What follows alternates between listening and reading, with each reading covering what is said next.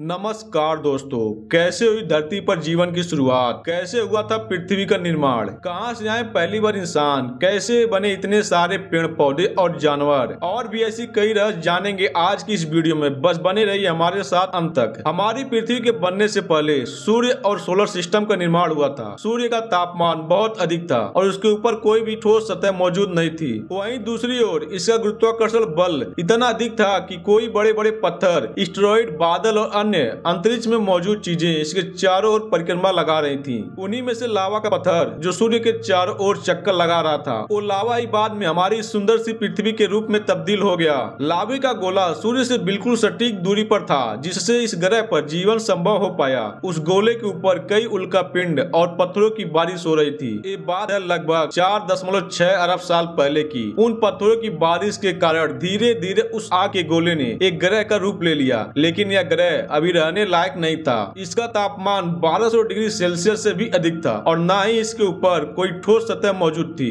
यह अब भी एक प्रकार से गैस और लावे का ही गोला था। 600 मिलियन वर्षों तक ऐसे इस ग्रह का निर्माण होता रहा और इसके ऊपर कई प्रकार के पत्थरों की बरसात होती रही। अब 3.9 अरब साल पहले एक समय ऐसा आया जब बहुत बड़ी संख्या में उल्कापिंड धरती के ऊपर गिरने लगे। इस फिनोमिना को द लेट हैवी वर्डमेंट कहा जाता है। यही वह दौर था जब धरती पर पहली बार पानी पाया गया। आसमान से उल्कापिंड के रूप में कई बड़े बड़े बर्फ के गोले धरती पर गिरते रहे। इस बात का भी प्रमाण है कि धरती पर बर्फ पहले से मौजूद नहीं थी, बल्कि अंतरिक्ष से गिरने वाली बर्फ के पत्थर और चट्टानों से धरती पर बर्फ और पानी आया। इस समय पूरे वायुमंडल में बहुत अधिक मात्रा में जहरीली गैस मौजूद थी। अभी तक धरती पर ऑक्सीजन गैस नहीं थी। साथ ही धरती पर mineral, carbon, protein, amino acid की भी अलग अलग उल्कापिंड और एस्टेरॉइड के रूप में बरसात हुई। जब धरती धीरे धीरे ठंड हो रही थी, धरती का तापमान 1200 डिग्री सेल्सियस से नीचे आना शुरू हो गया, लेकिन समुद्र की गहराइयों में अब भी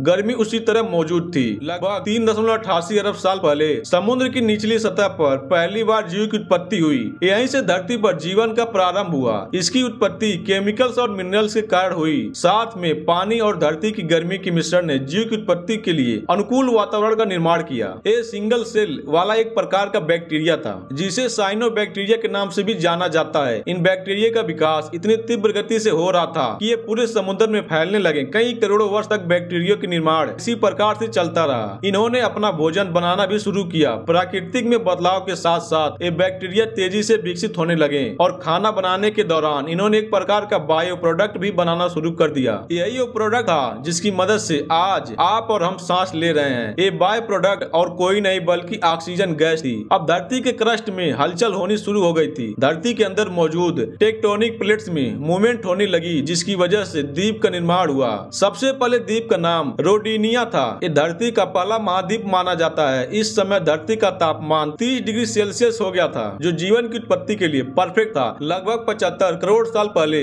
रोडिनिया महाद्वीप दो भाग में डिवाइड हो गया और पृथ्वी के अंदर मौजूद लावा बाहर धरती पर आने लगा। लावा के कारण पृथ्वी के वायुमंडल में कार्बन डाइऑक्साइड की मात्रा बहुत अधिक बढ़ गई। इससे धरती पर एसिड रेन होनी शुरू हो गई। कार्बन डाइऑक्साइड गैस की मात्रा में कमी लाने का काम किया। इसके बाद आता है पहला हिम युग, यानी आइस होने के साथ साथ पृथ्वी का सबसे लंबा आइस इज भी था। के समय पूरी पृथ्वी जम गई, लेकिन इसमें कार्बन डाइऑक्साइड की मात्रा एक बार फिर वृद्धि होने लगी और जिस कारण धरती का तापमान बढ़ने लगा। उसी समय समुद्र के अंदर एक नई दुनिया का निर्माण शुरू हो गया। समुद्र के अंदर कई जीवों की उत्पत्ति होने लगी और उनमें विकास भी तेजी से होना शुरू हो गया। साथ ही साथ समुद्र में पौधों की पैदावार भी होने लगी। इसी समय समुद्र दैत्य के नाम से प्रसिद्ध एनोमेलोकैरीज की भी उत्पत्ति हुई। यह पहला मल्टी सेल्यूलर ऑर्गेनिज्म में था। इसी प्रकार अन्य प्रजातियों की उत्पत्ति होती रही। 46 करोड़ साल पहले धरती पर अब थोड़ी जानी पहचानी लगने लगी, लेकिन अब भी समुद्र के बाहर जीव की उत्पत्ति नहीं हो पाई थी और इसकी वजह थी सूर्य से निकलने वाली हानिकारक किरणें, जिसे अल्ट्रावायलेट या यूवी रेस कहा जाता है। धरती की ऑक्सीजन ने यूवी रेस के साथ मिलकर ओजोन गैस का निर्माण किया और इसी गैस से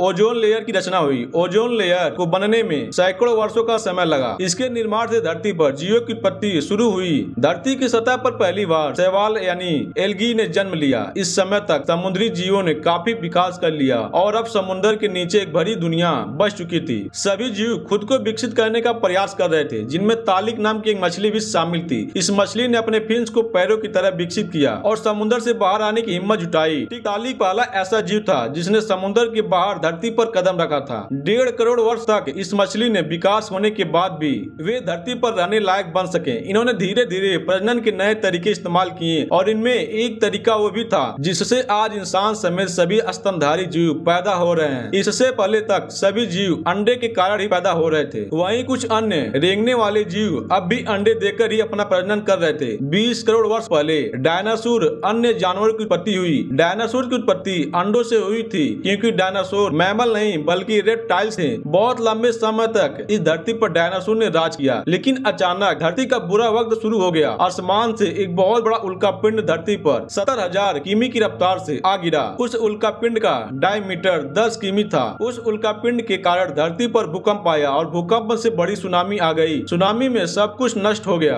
धरती पर धुएं के बादल छा गए जिससे डायनासोर नष्ट हो गए, लेकिन मैमल्स खुद को बचाना जानते थे। मैमल्स ने खुद को बचाने का तरीका ढूंढा और वे पृथ्वी के नीचे गड्ढा बनाकर रहने लगे। दोस्तों, धरती पिछले 4.5 अरब वर्षों से अंतरिक्ष में घूम रही है। आज इस धरती का संरक्षण करना, इसे साफ सुथरा रखना और आने वाली सैकड़ों पीढ़ियों के लिए रहने लायक बनाए रखना हम सभी की जिम्मेदारी है। भारत में तो प्राचीन काल से धरती का माता के रूप में पूजा की जाती रही है। अगर ये नॉलेज अच्छा लगा तो वीडियो को लाइक करके चैनल को सब्सक्राइब जरूर करिएगा। फिर मिलेंगे नेक्स्ट वीडियो में। जी धन्यवाद।